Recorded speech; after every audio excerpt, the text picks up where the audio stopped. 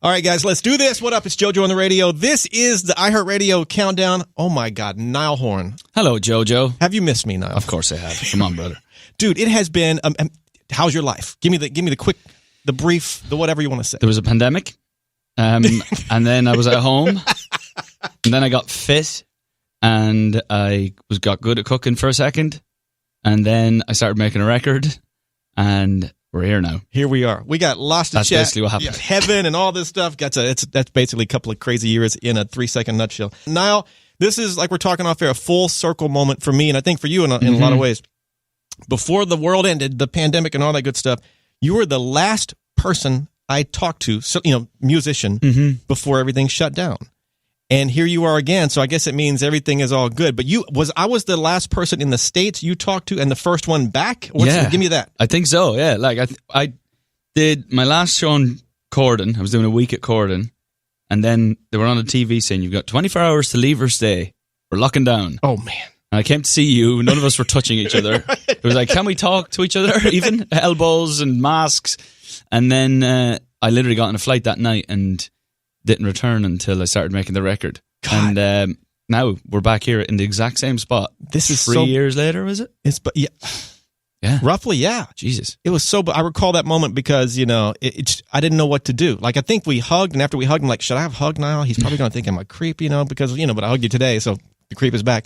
But, dude, it was just... I think we've been through a lot, but you being here, for me personally, it's like, it's game on. Yeah. And we're back. The show... Yes. June 9th. Can't wait. I'm not sure what you can say, what you can't say. Most of it's top secret. I get it, What can you say about this upcoming album? It's a good album title.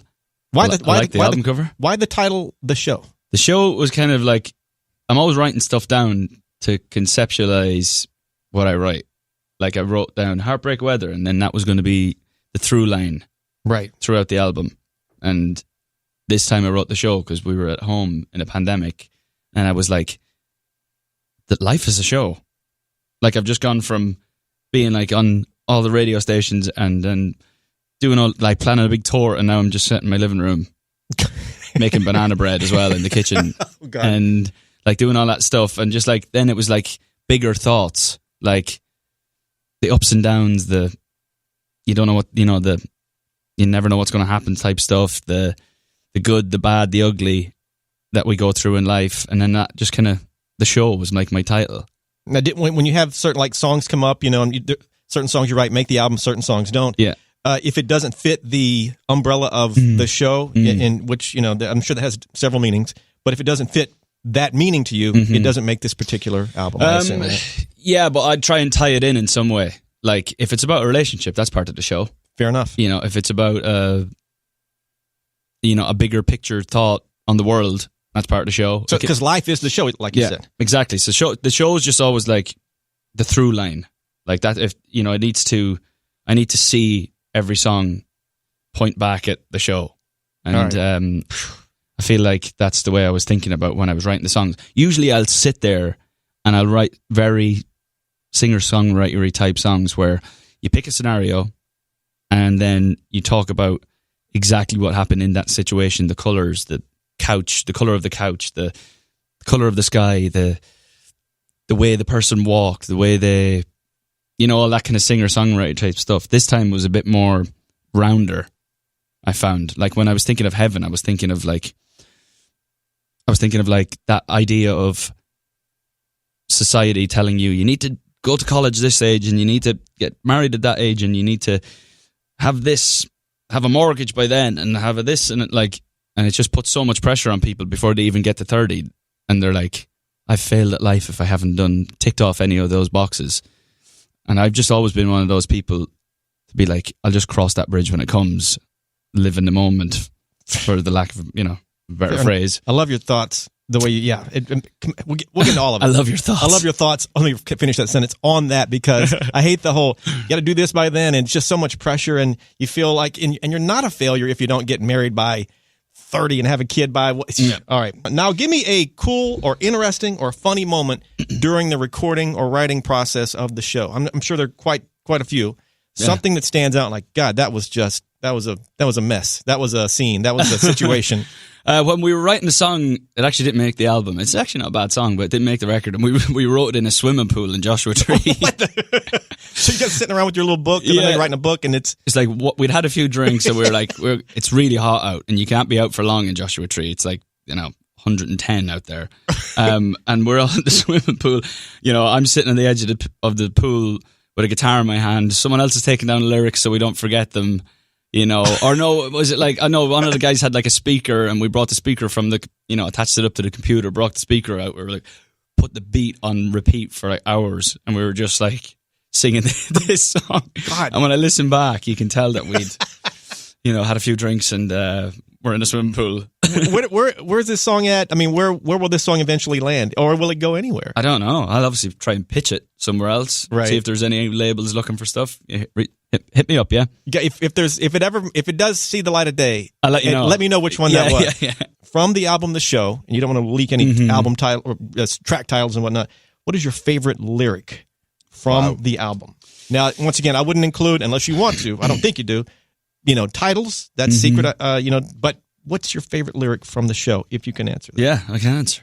I will answer. The first song that I wrote for the record, I was at home, and it was peak pandemic. Ugh, lovely. Where my piano's in my living room and the couch is there. I work out in there. Like it's very small. And I wrote the chorus, if everything was easy and nothing ever broke, if everything was simple, how would we know how good we had it? What the whoa? And I just spewed it out. And I was like, right, we're making a record now. Because if I start coming up with stuff like that and it's not terrible, then we're going to make the record now. When that line came out, you knew that you like the gate had opened. Yeah, because I wasn't feeling very, like we weren't, like all of us weren't. I wasn't feeling very creative. I didn't get the chance to like go around the world with my record or tour it. We had all that touring with Lewis and all that kind of stuff, and I was just kind of like, all right, I'm just going to do what everyone else is doing during the lockdown now, and just watch Netflix and Tiger King or whatever his name was, and just like work out and all that stuff. And then I just sat down and played 3 chords, and I was like, I like that pattern. I'm going to play on this for a second. And then I just sung that chorus, and I was like, okay, now we start. This is where it starts. Say the lyric again. If everything was easy and nothing ever broke, if everything was simple, how would we know how good we had it?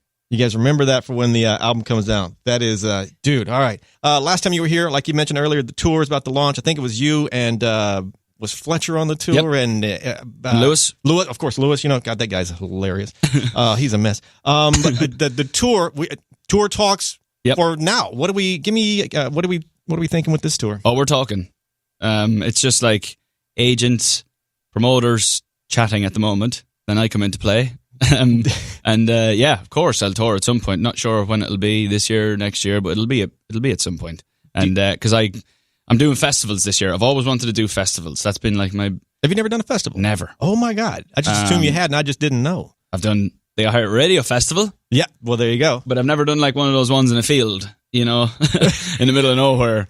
And I just, but I've been to a lot where I've stood in welly boots in the middle of a field and, drunkenly sang along to a band I didn't know or whatever. Just, so I've always been I always go to festivals myself, but I've never had the chance.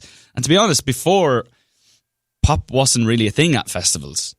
Now it's become a thing. So now it feels right for me to go and do it, especially with the kind of music that I make. It's like, it's set for festivals. Dude, they're gonna eat you up in the best way. So. Oh my! We're starting in Boston. Boston Calling is the first one in 25th of May, I think it is. But that lineup is insane. It's like the National, Chelsea Cutler, is the Foo Fighters. It's like, as a fan, that's the kind of festival I want to go to anyway. I just happen to be playing it. And then, of course, the Niall tour at some point. Yeah, all that good stuff. I bet you miss. Do you miss road life? Do you like? I love touring is my favorite thing. I love even the stage I get, but everything that goes with it. You love that too. Yeah, I like playing like the indoor stuff, but I also I'd love to be playing arenas all the time. And I mean that's the dream. But I also love the outdoor, the amphitheater feel. Right. It's very we're definitely on the road. You wake up at the venue, you shower at the venue, You work out at the venue, you eat at the venue, and then it's like a whole day. We play sports out back. It's just, I love the life of it. It's fun. I get to play loads of golf. I think I was supposed to do a show with you way back in Mexico at one point, and it got canceled for a variety of reasons. But that's right. Yeah, you were going to come down. But one of these days, I'm doing it. Yeah, now. for sure. We're going to play Heaven in a few moments. What does heaven? You were talking about the pressures of, certain things. Got to be married by this. Got to have a kid by this. I mean, walk me through once again the meaning of heaven. Yeah, well, it was something that was said to me a while ago. It's like, just enjoy what's going on in your life. Like, we're always thinking too far into the future. So I was started singing la da da da da da da da, and I was like, that became God only knows where this could go, and then that thought comes into my head. Like, then I finish off the chorus with that thought. So I'm like, right, well, heaven is what we have, and if we overthink it and succumb to societal pressures, will ruin what heaven is. What's the pressure for you? Like, what I mean? Well, it's just like general life stuff. I'm at the age now where it's like I see all of my mates. I'm going to like 4 of my best mates' weddings in the next couple of years, right. Or like, and I'm like, I'm just really enjoying where I'm at. I don't think with how fast my life has moved previously, like just constant work, tour, album. Like, I've probably emotionally grown slower. Join the club. So it's a nice thing to just spend time getting to know someone, doing the thing, instead of like always thinking about what's going to happen next. Just like enjoy it for what it is, and we'll end up there, or could end up there. And if we don't, at least we had fun when we did it. It's like I'm always like, I'm just having a great time in my life right now, and then I want that to come across in the tunes, I guess. Anything else we need to know about this track? Because you're back. Yeah. You are back. Oh, we're back. Thank God. Yeah, we're back, and I'm back on the radio. And I'm just really wanted to release this song first. I feel like it set up the record so nicely. I think you get a good idea of what you're going to get. Sonically, conceptually, all the BVs that I've got in there, they're in there across the album. I made it a big deal to make the BVs part of the production across the board. Background vocals? Yeah. Okay. Sorry, my bad. Like BV, Barry. I felt like it was a really good setup, and I'm just shocked by the reaction to it. Like, you never know what you're going to get after disappearing for 3 or 4 years. So to come back and see the reaction from the fans has been like, it even blew my mind. I was like, what? This is crazy. It's happening, man. I mean, maybe you're so close to it, but I'm not shocked in the least. Not one. Okay, you posted I guess you called a letter to the fans. Talked about how you missed them. Kind of what you said a moment ago about being a little nervous before, even though, like I said, I just knew they were going to eat you up, just in the best way possible. Why do I keep saying that, Fred? Talk about that letter to the fans and what the nerves and what that whole thing meant to you and the fans in general. I've always kind of written, like, handwritten letters to them in some capacity, whether that be on like the email subscription thing that they all sign up to, or I'll write handwritten stuff for inside the record or something. So I just want like keep that going. So I just sat down one night and just wrote a handwritten letter, and then everyone was like, we should just use that. Like, I was thinking maybe that would be like a press release or like just a thing that they would like send to them in an email or something. And then my team were like, no, you should narrate this. We should cut footage from the record and like give them an insight as to what's been going on for the last couple of years. So I just wrote this like 2-page letter and read it out to them in my sultry tones. Well, we need that. And sure. They just love that stuff. It allows them to feel closer to the project, and that's what I want. Like, because it's just fact that if they didn't exist, then I definitely wouldn't. So, sounds cliche, but it's true. It's very true. If you guys haven't seen that, which I'm sure you have, but if you haven't, check Niall's socials. It's pretty cool for sure. Niall, you still write all your lyrics in a leather bound, maybe not leather bound, but the way I read it, a notebook of sorts, like paper. Yeah, no, I generally do. A little bit less so in the back half of this record, but to get things going, like my initial thoughts will be like an empty book. so funny. Everyone keeps buying me them. Like, I've got stacks of the things at home. It's cool, actually, looking back at old records. Like, I found a Flickr one recently in a box. Oh, no kidding. Because I wrote everything from Flickr in a book. And, yeah, now I've kind of, like, depends what the scenario is. Obviously, if you're writing beside a swimming pool, you can. But generally, I'll try and kick things off. My original, like, the initial thoughts will be written for sure. Like, the concepts, the stories that I'd like to write about. Yeah, just I've always written, and everyone keeps buying them for my birthday. With like one of my mates gave me a book for my birthday, and he just wrote top 10. He had a moleskin leather bound beautiful book. Oh my god! And he had this leather bound book, and he just wrote. He had it like embossed in the front of it. And it was just like, top 10s only, please. No pressure. Oh my god! There's something about writing stuff down, though. I mean, like just to get my thoughts for this interview. For any, you're one of very few that I see. Oh really? Yeah. It's everyone's just looking at screens, but you always do your countdown on paper and scribbling. If you see my first thing, I always put, and I'm going to say, "Hey, great to see you," even if I didn't write it down. But that gets me going. I have to write, "Great to see you." Yeah. It's maybe even if you haven't met them before. Yeah, I'll say great to see you. Maybe it's not great to see somebody, but I'll put it anyway. You know this about me. We've already discussed this in the past. I am obsessed with the paranormal. Yeah, ghosts, UFOs, everything. You were on an episode of Paranormalish. That's we right. talked about this thing you went through. This, it's wild. Mm-hmm. So, would you accept this challenge on this upcoming tour? Whenever it is, you're going to have all these hotels booked and whatnot. At some point, there's going to be a hotel that has a room in it. Yeah. Don't go to room 42B. Yeah. Look out for level floors. Would you consider staying in one of these rooms and just reporting back to me? Let me know what happens, assuming you survive, of course. Absolutely. Obviously, in our neck of the woods, most hotels are old. Right. And I've stayed in some. We did a writing trip during the album where we went down to this like old manor house that's now turned into like a place you can go and write music or stay in groups and book it out or whatever. That was spooky. I was feeling some crazy stuff going on there. Just like an energy that you don't necessarily feel in every hotel. Or one time I stayed in a hotel in like Maine or Albany, New York or something like that. And they were telling us that it was like spooky. So you're like, anytime I see like a 4-poster bed, I'm like, and some pictures of some like, museum looking people, portrait gallery looking. Right. I'm like, oh, there's just, you automatically, even no one told you, you always get like the turning off every light, checking, having your hand, moving the lamp closer to the bed so you can reach the switch in case anything happens. Look under the bed, make sure nothing's going on. Every time you come in, I do a segment about you-know-who.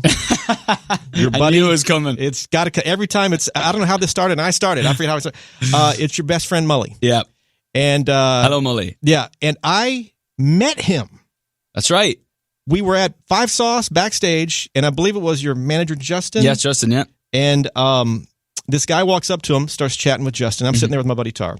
And a little chat, and he says, all right, Mully, I'll see you later. I'm like, whoa. You're Mully. You're Mully? And that's, of course, when they took the pic and sent it to you and whatnot. Yeah. Give me a Mully update. How is your best friend? How's his love life? How's his business, his club? Yeah. What do I need to know? It's so funny that we talk about this, and we've done it for like 7 years. I know, right? He actually like sent me that picture. Yeah. Like he was like, look who I just bumped into backstage at Five Sauce. God almighty. He's great. He's still here. He opened a new bar in Scottsdale, Arizona. Oh my goodness. Another 40 Love. And he had opened it on Super Bowl weekend, and it was nuts. And I was down there. Travis Scott performed.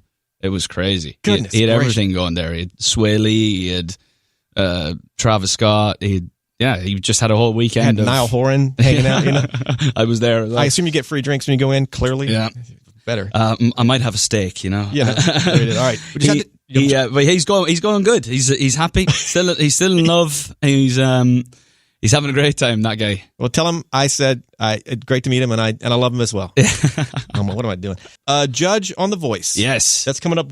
March 6th, NBC. Mm-hmm. New judge. I think. Chance is the other new judge. Mm-hmm. What? Any highlights before that you can say? Oh yeah, I've got a good team.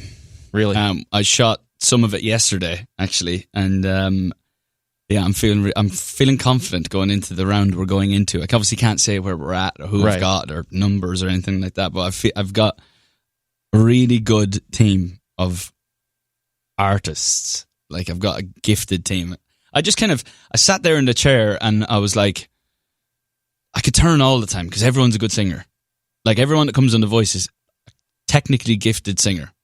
And I was thinking, no, I'm going to wait because, you know, like, you got the country folk kind of lean towards Blake, and you got the big singers leaning towards, the big technical guys go towards Kelly. So I was like, well, all of my favorite type of stuff is like that kind of storyteller, unique voice. You know, that voice you hear on the radio, and you're like, that's definitely Ellie Goulding, Adam Levine. You know, those like voices that just stand out, and you're like, that's definitely them. Right.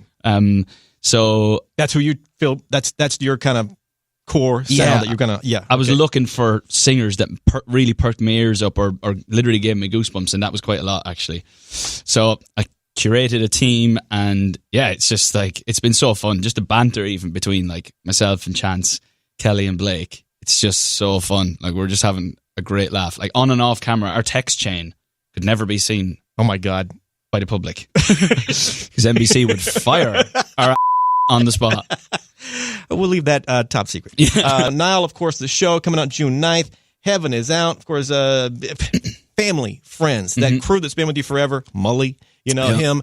Louis Capaldi. What that guy, he's the funniest guy on the planet. What do they all think of, like, your good friends? What do they think of the show? I assume you've played it for them. Yeah. Everyone is, my mother is the worst litmus test of all time. Like, I could like send her Baba Black Sheep in Spanish and she'd be like, hit. Love it. You know, I think she just wants to see me do well because she knows how hard I work on things. So she's got that like motherly thing going. And then, friends, like, I always like, I'm very, tell me if it's terrible. Like, don't mess around here. Because we're trying to create a good album, of like a short album of good songs. Did they tell you that a song or two was terrible? Of course. Like, I want to hear it. If it's bad, it's bad. I've got a fair idea if it's good or bad, or like. But I wouldn't be here if I didn't have a good feeling for what's. I think, yeah. But yeah, everyone was big on Heaven. It was a kind of, you know, you hear of people arguing with labels and, you know, this should be the first single. No, this should be the first single. We were all pretty like on board with like Heaven should be the thing. Like, it's just, they were all happy with it, and they'll tell me if it's bad. And it's just a good feel good song. Have you had a track? This is kind of off, taking a left turn for a second. Have you ever had a track where you thought, I don't know, and then somebody said, dude, you're crazy, and it ended up being? I'll tell you exactly what it is. Slow Hands. No kidding. Swear to God. You didn't like? You weren't? I have about. You liked it, but we did 19 mixes of that song. I could not get my head around it. It was like mix number 19 was the one that got chosen. Shut the hell up. Yeah, I couldn't like, when I wrote it, I was like, on to the next one. You didn't stew, you know, like sometimes we write 2 songs a day or whatever. And I just didn't. It took me a while to get it. And then the whole place was going, you're crazy. You were crazy. Like, you were talking. It was crazy. But I always hear stuff like that. Like, apparently Kings of Leon hated Sex on Fire. And sure enough. And it's the biggest song of one of the biggest songs of the last 20 years. Yeah. Quick recap. Heaven, of course, it's out. The show, the album June 9th. Tour coming up. Mully's doing well. Good old Mully. Good old Mully. Do you really cruise down the 101 when you're in LA? Because the national countdown, but you know, we're based in LA. Yeah. Do you cruise and yell at me when you're stuck in traffic? I busted my knee recently, and I was heading out to Agora to see like an orthopedic surgeon dude. Right. Because I tore my patella tendon. Ow, in my knee. The thing that keeps your kneecap in place. Freaking Jesus. Ripped that one apart just by no one touching me. I was running in a straight line and I stopped and it just went pop. Oh, dang. And I've got bad knees. I've had surgeries, as you know, and I knew straight away that was bad. And I was driving out 101, and there's this guy on he's going the other way on the 101. He's like, I'm heading south on the 101, Jojo. Just want to tell you I love you. All my family are here. Just want to say hello to my son, Jacob. What's up, Jacob? And it just cracks me up. You get those type of callers. Oh, my God. It's just so funny. And you're just like, I love you too, man. Oh, God. On to the next song. So you're driving with your kneecap like freaking. Yeah. All right. Niall, Love you. Congrats on everything. This will be, I'm sure I'll be seeing a lot of you now. Yes. Just huge congrats, dude. Thank you very much. I hope to see you before the end of the year, of course. Absolutely. It's a long year, but I'm busy, but you are too. You are back, man. Well, at the end of every interview, fist bump to make it official. Give me a little, yeah! Woo!